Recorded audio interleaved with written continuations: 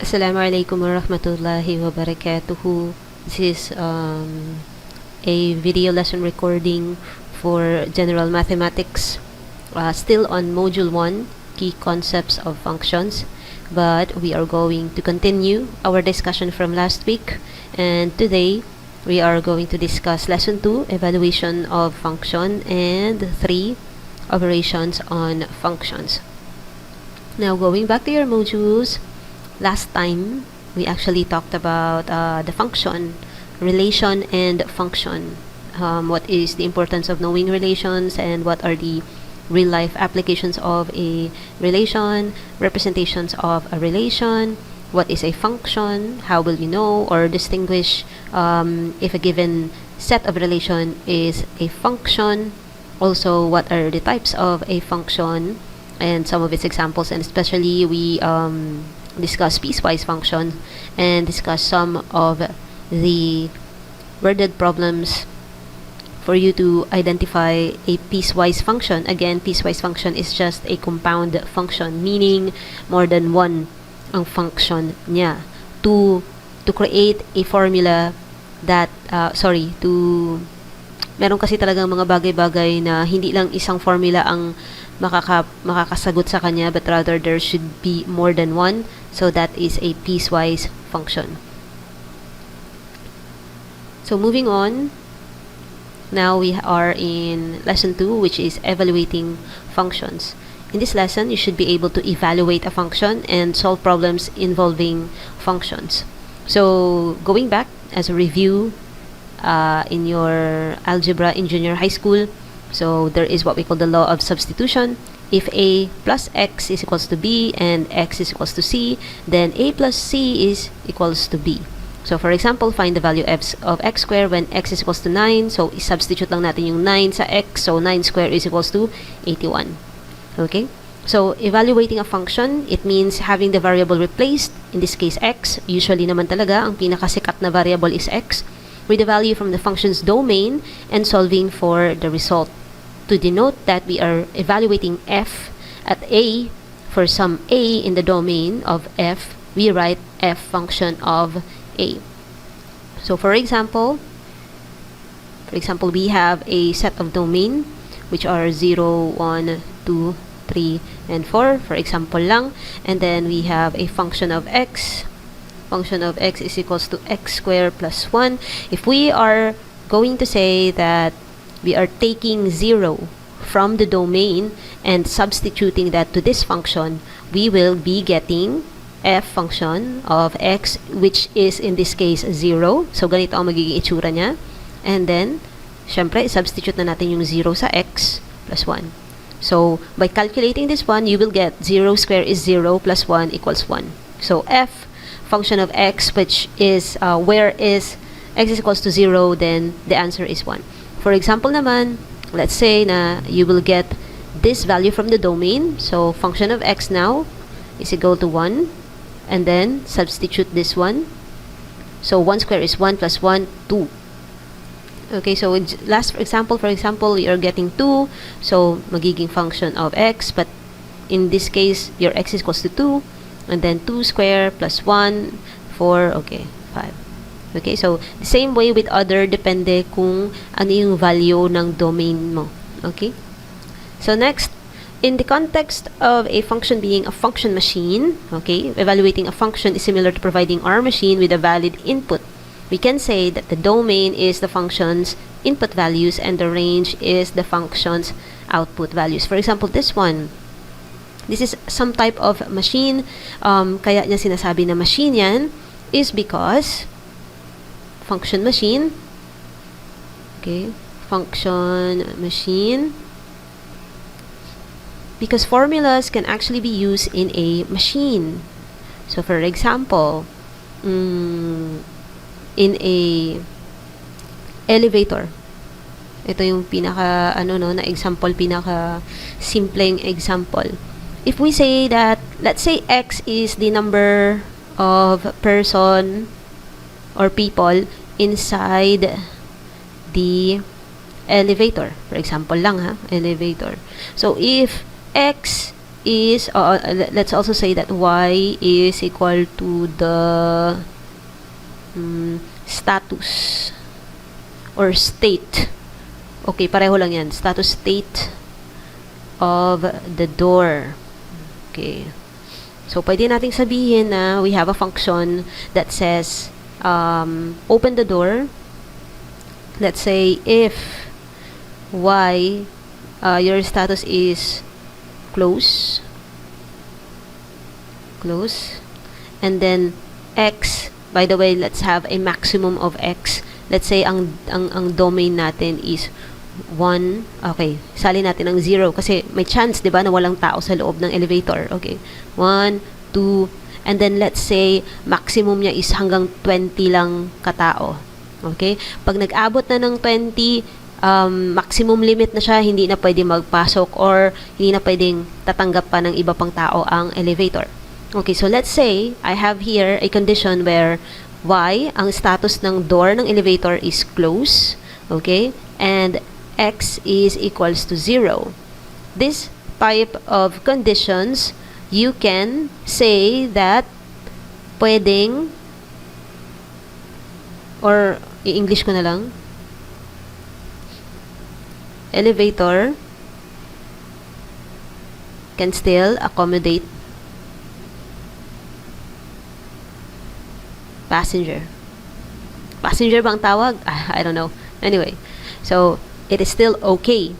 But what if you have, if yung y mo is close pa rin, but your x is equals to 20, therefore, status or y should remain close unless open button is pushed. Okay. So, ibig sabihin nito, kahit na may nag-push ng up or down button sa labas ng elevator, it cannot open kasi nga maximum limit na siya. Hindi na siya magtanggap ng tao. Okay. So, ano tong example na to? Meaning, this is actually one of the applications in real life of a function. Merong ganitong nakaprogram sa loob ng mga elevator, sa loob ng aircon, sa loob ng TV, sa loob ng refrigerator, sa loob ng mga washing machine na digital, kahit nga yung hindi digital, merong ganitong program. And it accepts these simple inputs, no? And it has corresponding outputs. At ito lahat actually is a function. So, hindi ko lang napakita sa inyo ng mabuti yung mathematical function niya na makita nyo talaga yung y is equals to something like this. Because it doesn't look like that all the time. May mga times na ang itsura ng function ay sobrang haba. You know, it will look like if x is equals to limit, and then you have here 1, and then you have here something, and then you have here ax squared plus y, something. There are a lot of other factors, and it doesn't always look like the function that we know. Okay? So, hindi ko siya ma-represent as that right now, but I'm just giving you a clue or an example as to how it is called a function machine, because again, these functions can actually be used in a machine and still the same concept. Merong input, merong output. Okay? Bigyan ko na talaga kayo ng isa pang pinaka-simple na example. Merong input, merong output, right? So, that is the basic function, the basic concept of a function. Merong input, pag nilagay mo yung input dito sa formula, magkakaroon ng output. Okay, so, let's say, sa keyboard. Okay. Ang kailangan niya na input is yung pag-click mo. Okay, so, let's say, click mo yung letter S sa keyboard. Dito sa loob ng function, ipaprocess niya, and then i-output niya yung letter S sa iyong monitor or screen. So, this is a very simple example. That is also a function machine. Okay? So, anyway, ang pinaka-main concept doon is meron kang ilalagay, i-process niya, and then meron siyang output. Okay? That is the main concept within function machine. Okay. Anyway, so we have an example here. If a function of x is equals to x plus 8, evaluate each function. Okay, wow. Medyo madami-dami to, no? I-copy-paste ko na lang para madali. Copy. Then, let me just paste it here. Okay. Anyway, so I will try to solve this one, and I hope you will also solve this on your own para enjoy, di ba? Para masagutan nyo talaga siya. Okay, so sorry naman, wait lang. Ang function of x natin is equals to x plus 8. So evaluate the following function. So number 1, pag ang function natin or ang x natin is equals to 4, therefore we are just going to substitute 4 to the x. So 4 plus 8 is equals to 12. Simple, no? Ay nako, engot. Meron naman palang sagot dyan. Okay, meron ng sagot, guys. Kayo na ang bahala magintindi. The same way here, ha? Like for example, ito, function of x is equals to negative x. Just substitute negative x to x. So, negative x plus 8 is equals to 8 minus x. So, easy. This is easy pala. Okay, anyway. So, I hope you will understand example 6. How about this one? Practice evaluation. Okay. I think this is, okay. Evaluate the function, following functions if x is equals to 3. Okay, so we have x is equals to 3. Okay, that is our, tawag dito, given. Ay, hindi na-copy lahat. Ay, go. Okay, sige, magbalik-balik na lang ako. So, ang number 1 is f, a function of x, 2x plus 1. So, kung 2x plus 1, so, substitute lang natin yung 3 sa x. So, 2 times 3 is equals, plus 1 is equals to 2 times 3, 6, plus 1, 7. Okay. Number 2, p of x is equals to x squared minus 2x minus plus 2. Tama ba? Okay. So, the same thing, substitute lang natin yung 3 sa x. So, 3 squared minus 2 times 3 plus 2. So, 3 squared is 9 minus 2 times 3 is 6 plus 2. M das. So, 6 plus 2 is 8. Tama ba? M das. Addition before subtraction. Okay, so 6 plus 2 is equals to 8. So, 9 minus 8 is equals to 1. Number 3. Number 3, g function of x is equals to square root of x plus 1 ba yun? Tama ba? Okay. So, okay, magiging 3 plus 1. So, square root of 4 is just equals to 2. Okay. Number 4, rx is equals to 2x plus 1 at saka x minus 1. So, the same thing. Tama ba? 2x plus 1, x minus 1. Okay. So, 2 times 3 plus 1 over 3 minus 1. So, 2 times 3, 7. Sorry. 2 times 3, 6 plus 1, 7. And then, 3 minus 1 is 2. So, 7 over 2. Hindi naman siya ma-lowest term. That is the lowest term already. So, number 5, function f, function of x is equals to 8x plus 8, x minus 1 over 2. So, 3 plus 8, x minus 1. So, this is technically may times yan dito ha, multiplication yan. Pag wala ganing ganyan guys, no, automatic, dapat alam na natin to, automatic that is multiplication.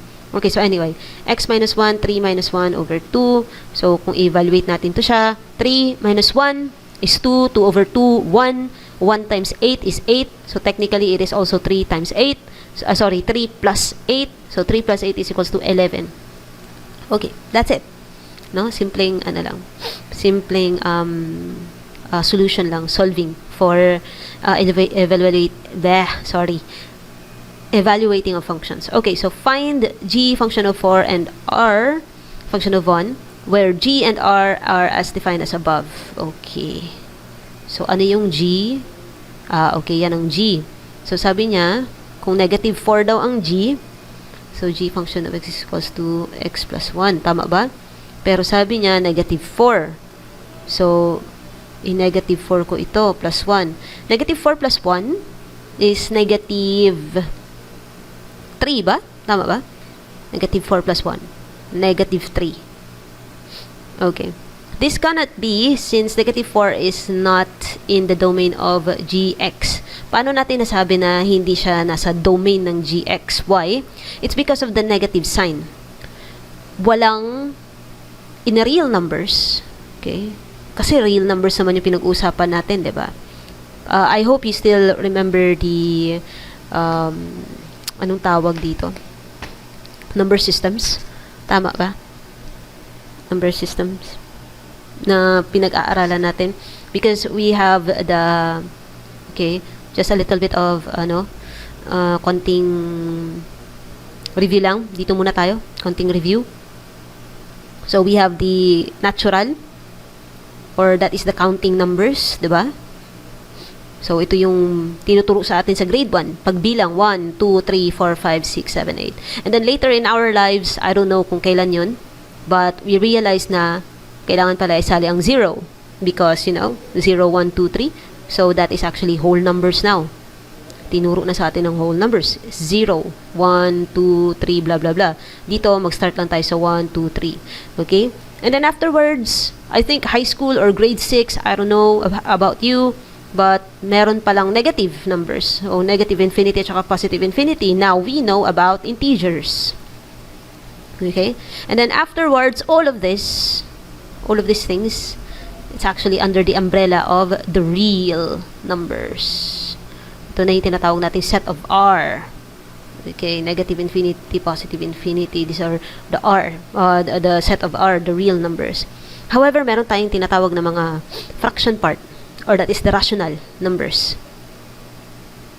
Ang rational numbers lang naman ay meron siyang fraction part. Or may decimal part. Okay, so meron na tayong rational and irrational numbers. Okay? And then, sa irrational numbers, ito yung mga, kung maalala nyo pa nung high school, meron kayong tinatawag na non-terminating, repeating numbers. Maalala nyo ito? Repeating numbers. Like for example, meron tayo yung 66.666666, hindi natatapos, 33.33, hindi rin natatapos, These are non-terminating repeating numbers. Meron din tayong non-terminating, non-repeating. Like for example, yung 6.67676767, ganyan. Meron tayong mga numbers sa ganyan. Those fall under the irrational numbers. And there is actually what we call the imaginary numbers. Ito, makukuha nyo ito pag nag-aral kayo ng calculus and any higher forms of mathematics. Dito na kayo makakita ng ganyan. I square, and all of the other things. For example, pag i-plot sa isang Cartesian plane, it will look something like this. So, yung solid line, that represents a real number, no? Tapos, biglang magiging ganyan. You will see, magiging dashed line, or sometimes even, magkakaroon lang ng break dyan, and then, mag-start na naman siya ulit dito. Okay, something like that. These graphs, by the way, these are all functions. Later on, makaka-encounter tayo ng mga function na nagkakaroon, or pag i-graph mo sila, it will look something like this. So, this part, let me use a different color. Okay, this part is actually an imaginary number.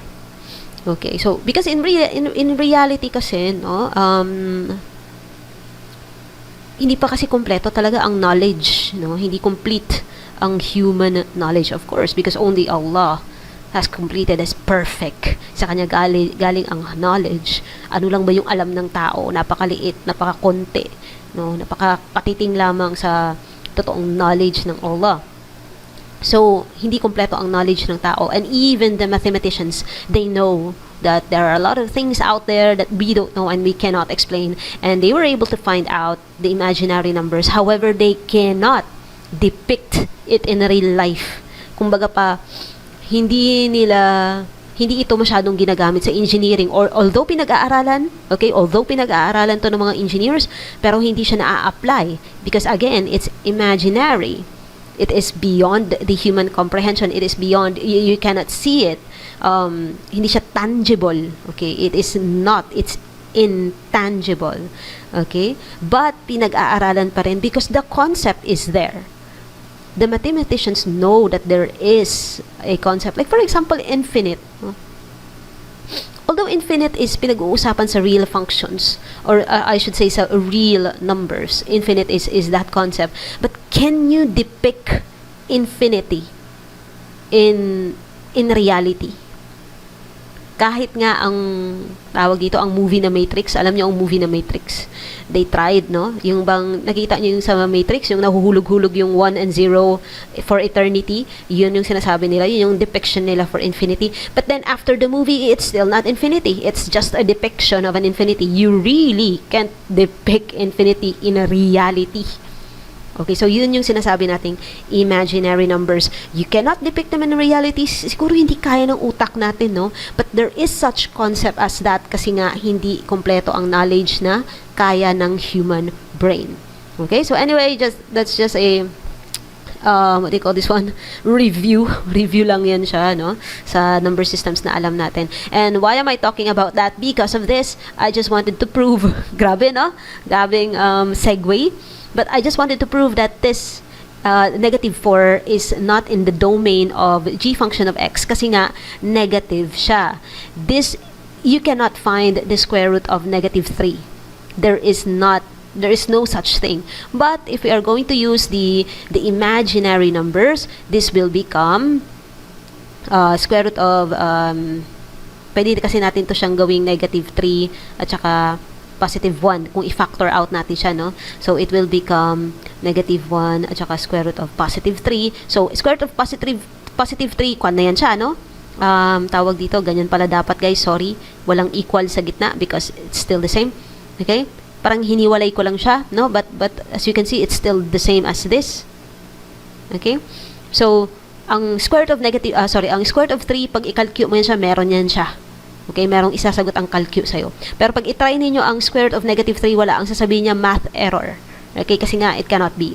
Okay, so, square root of negative 1 is actually an imaginary number and square root of 3. So, ganito ang magiging sagot niyan. In which case, it is, we only got this because we know about imaginary numbers. But in reality, again, real numbers nga pinag-uusapan natin sa mga functions na ito, this cannot be. Okay? This cannot be. Okay, so sa kahaba-haba ng aking explanation, ito lang naman yun gusto kong i-prove dyan, no? This cannot be since negative 4 is not in the domain of g function of x. Now, let's try how about the rx is equals to 1. So, yung rx naman, where x is equal to 1. What is r? R is 2x plus 1, x minus 1. This is simple. This is simple because kung lagyan natin siya, kung i-substitute natin yung 1, 1 minus 1 is what? 0. And any number divided by 0 is undefined. Okay, so that is why 1, okay, this one, that is why 1 is not in the domain of our function of x. Okay, so moving forward, let's go. So, I hope you can, you can simply solve this one because nandiyan naman yung solution. So, yeah.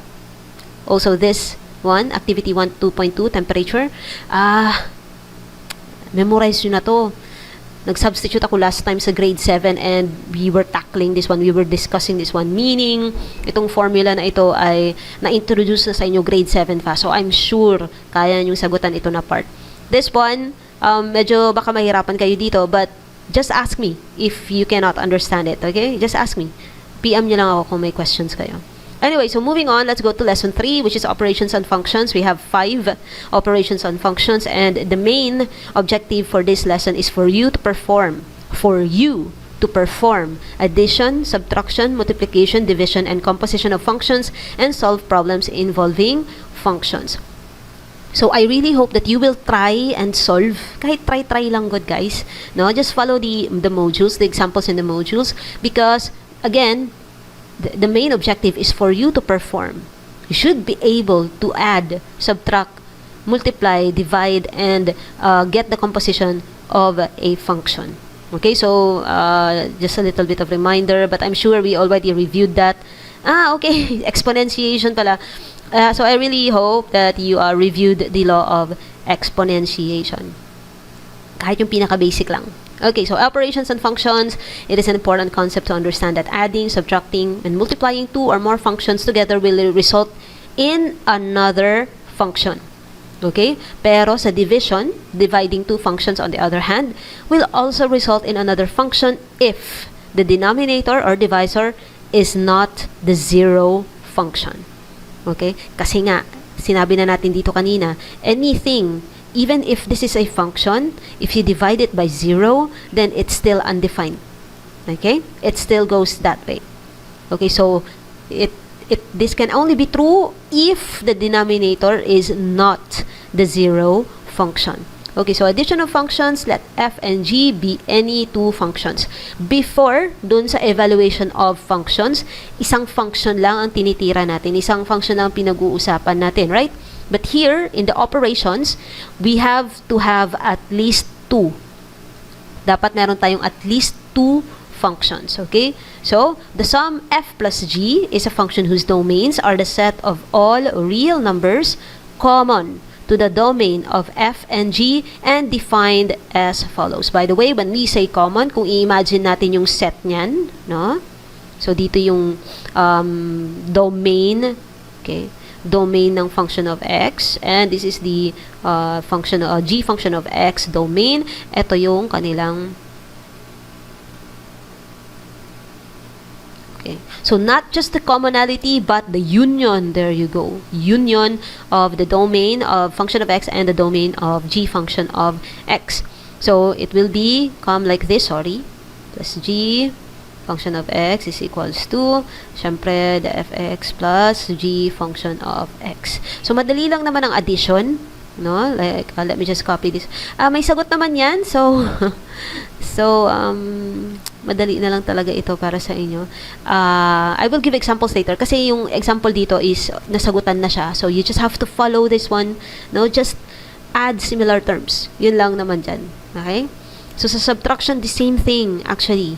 The same thing with addition. It's just, the difference is, it becomes subtraction. It's minus. No? Same thing. Just add similar terms. Why am I saying add similar terms kahit minus siya? It's still the same because it's like you are just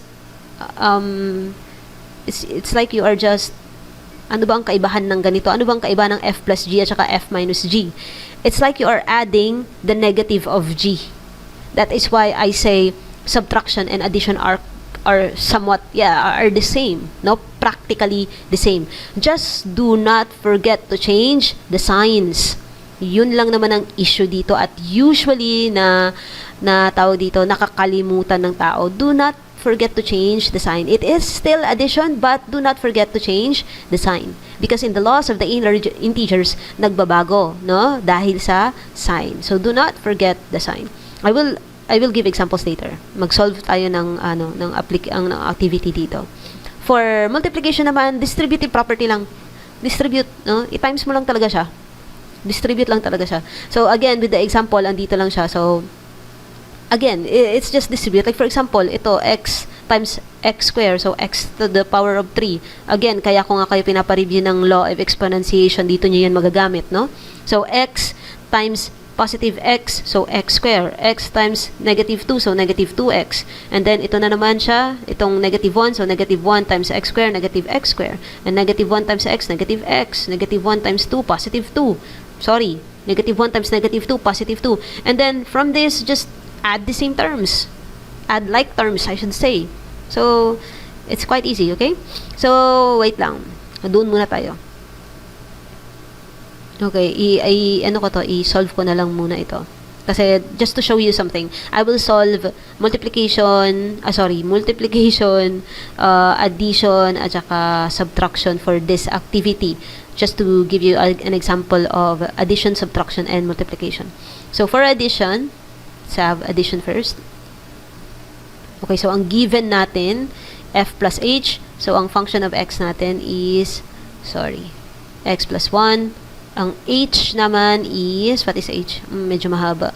X squared plus 4x plus 3. X squared plus 4x plus 3. So, ito yung h function natin. So, how to add this one? So, just add, no? X plus 1 plus x squared plus 4x plus 3. Add similar terms. So, may similar ba na x to the degree of 2? Wala. So, sulat lang natin dyan sa baba. Sunod, x at saka itong 4x, parehong positive. Just add. So, 5x. The last one, the numerical coefficients, positive 1 plus positive 3, so plus 4. So that's your final answer. That's it. No? So let's go with subtraction naman. Subtraction. Okay, so let's say itong h minus f. So nandito na yung h natin.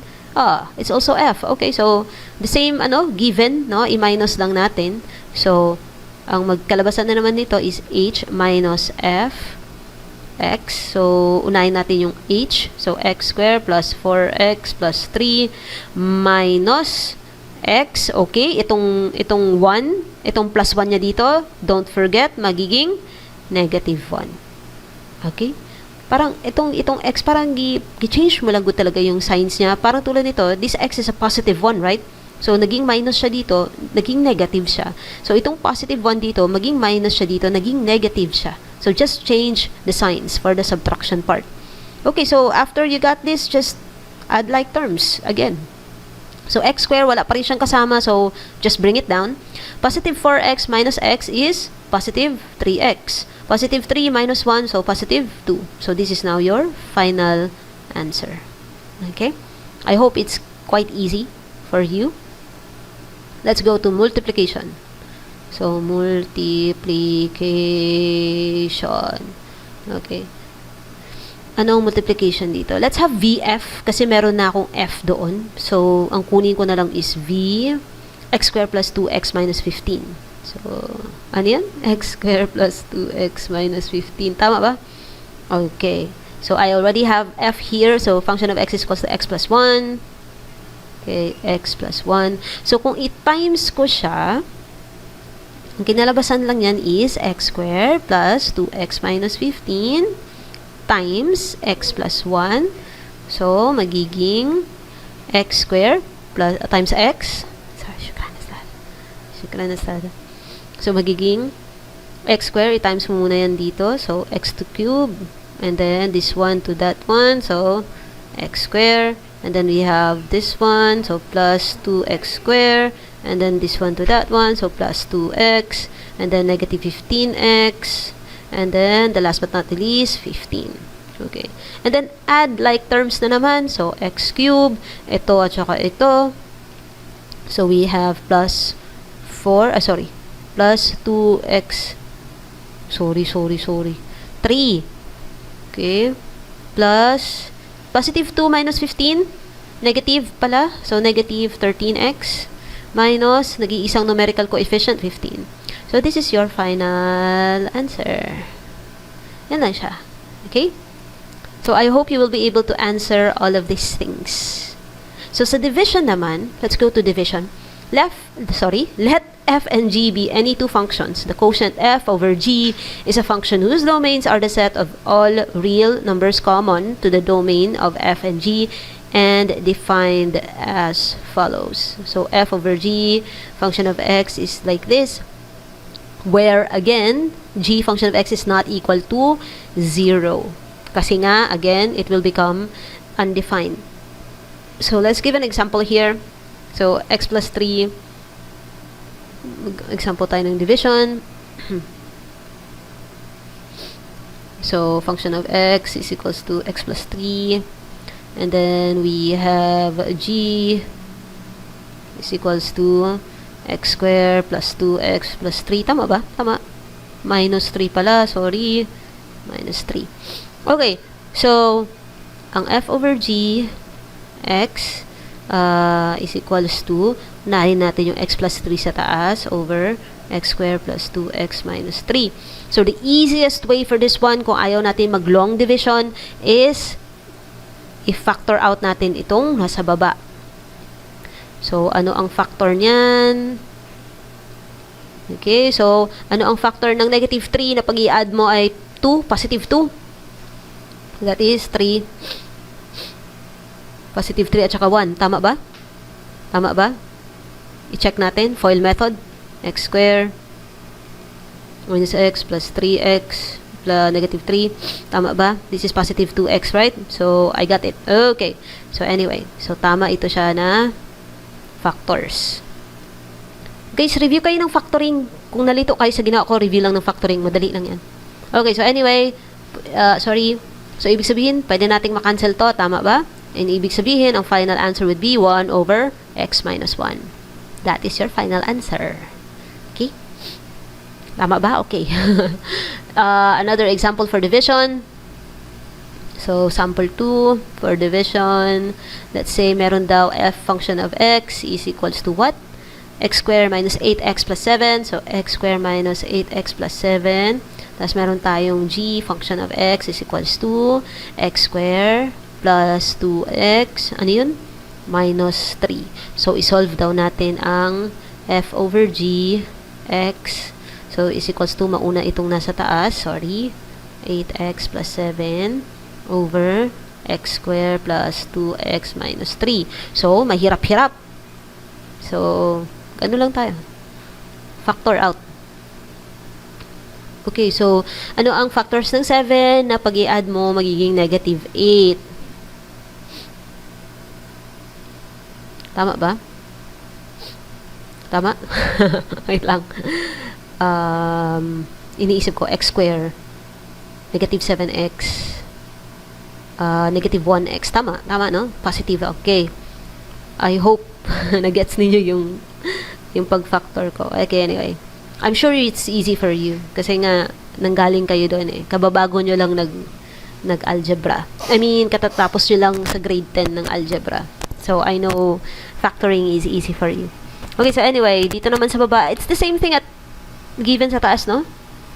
Okay, yes. So, kunin na lang natin yung factor natin sa taas. X plus 3 at saka x minus 1. So, as you can see, we have a common denominator here. Sorry, we have a common term here. So, just cancel that one. So, the final answer should be x minus 7, x plus 3. Yan.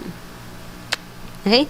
So, ibig sabihin, ang labanan dito sa division is kung ayaw natin mag-long method or long division, in which case, actually, mahirap talaga yung long division. This is mahirap talaga i-long division, is kailangan natin magaling tayo mag-factoring. Okay, so review factors.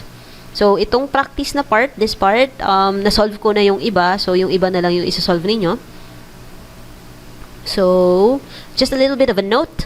In subtraction of functions, do not forget to distribute the negative sign. Wag talagang kalimutan yun, no? In the subtrahend function. In division of functions, you can factor out functions to see if there are terms that can be cancelled. So, yun yung ginawa natin. Also, if you multiply the function to the reciprocal of its divisor, then you can go ahead and perform multiplication. So, for example, this one, ano daw yun? Wait lang. But it's not that, hindi siya masyadong applicable dito. Why? Because it's the same thing. Bakit ko nasabi yun? So, for example, this one, ito siya na part, i-times mo daw siya sa reciprocal. So, what is the reciprocal of this one? It's 1 over x squared plus 2x minus 3. In which case, kung i-times mo siya dito, still the same thing. Ito siya, i-times mo sa 1, it's still the same. So, but maybe, for example, if your given is, let's say, ganito, 2x over 5 plus x, kung meron kang ganyan na given, so you can go ahead and perform x plus 1 times 5 plus x over 2x. You can perform that one, kung ganito ang given, kung fraction din ang denominator. That is where you can use this part. If you multiply the function to the reciprocal, anong nangyari?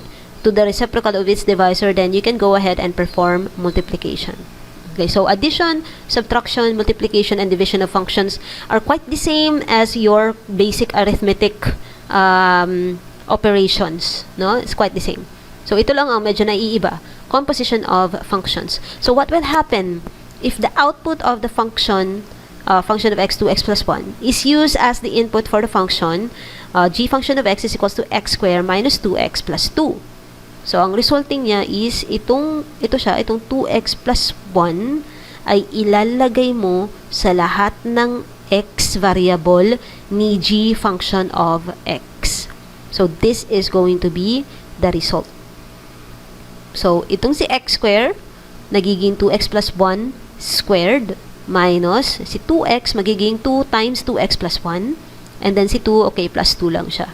So, para bang substitute mo itong 2x plus 1 sa lahat ng x ni g function of x. So, that is what we call composition of function. Using a function as an input results to function composition. The composition of the function f with g is denoted by f composition of g and is defined by the equation f composition of g function of x is equals to f, which is g function of x ang input niya sa loob. Okay? So, the domain of the composition function is the set of all x such that x is in the domain of g and g function of x is in the domain of f. Okay? So, the process of obtaining a composite function is called function composition. So, para hindi tayo masyadong diretso na lang natin siya ng example. Masyado kasing technical yung pagka-define. So, let's go ahead and put the example. So, we have function of x. Baba ko lang to ng konti. May space pa ba ako? Okay, so we have composition.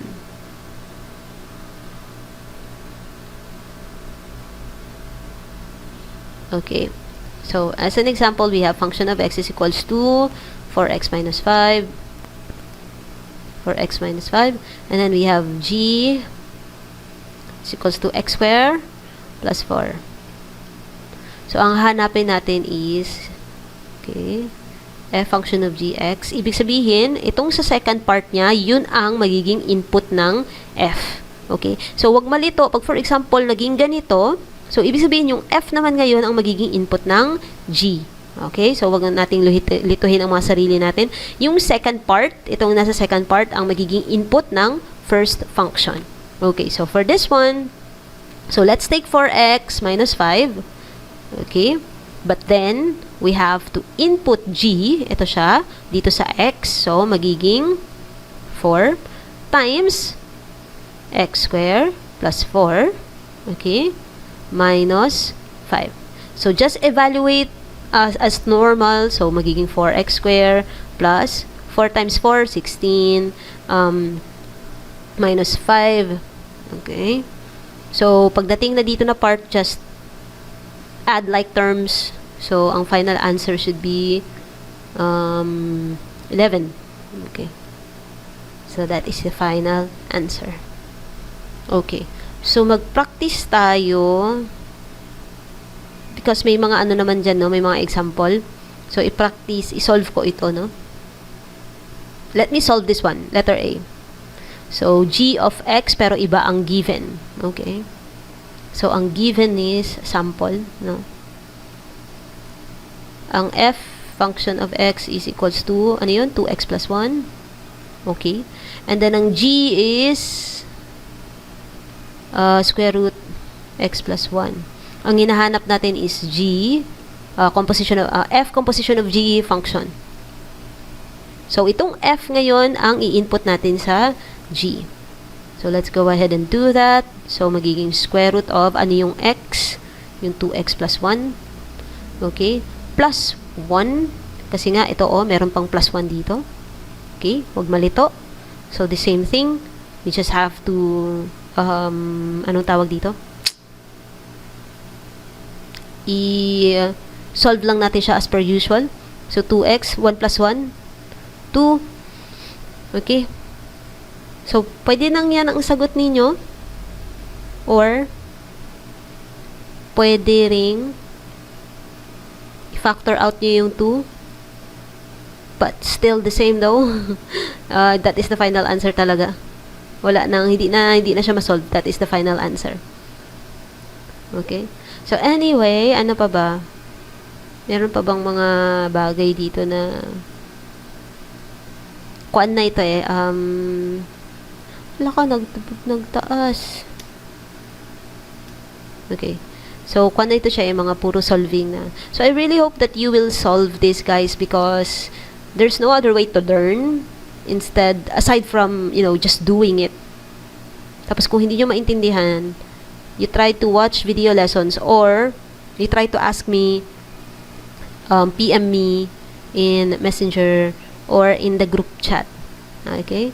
So, I really hope that you will watch this video and you will learn something from it. Thank you so much in advance. I will thank you in advance for watching the video lesson. Thank you. So, subhanakallahumma wa bihamdik. Ashhadu an la ilaha illa anta astaghfiruka wa atubu ilaik. Assalamu alaikum wa rahmatullahi wa barakatuhu.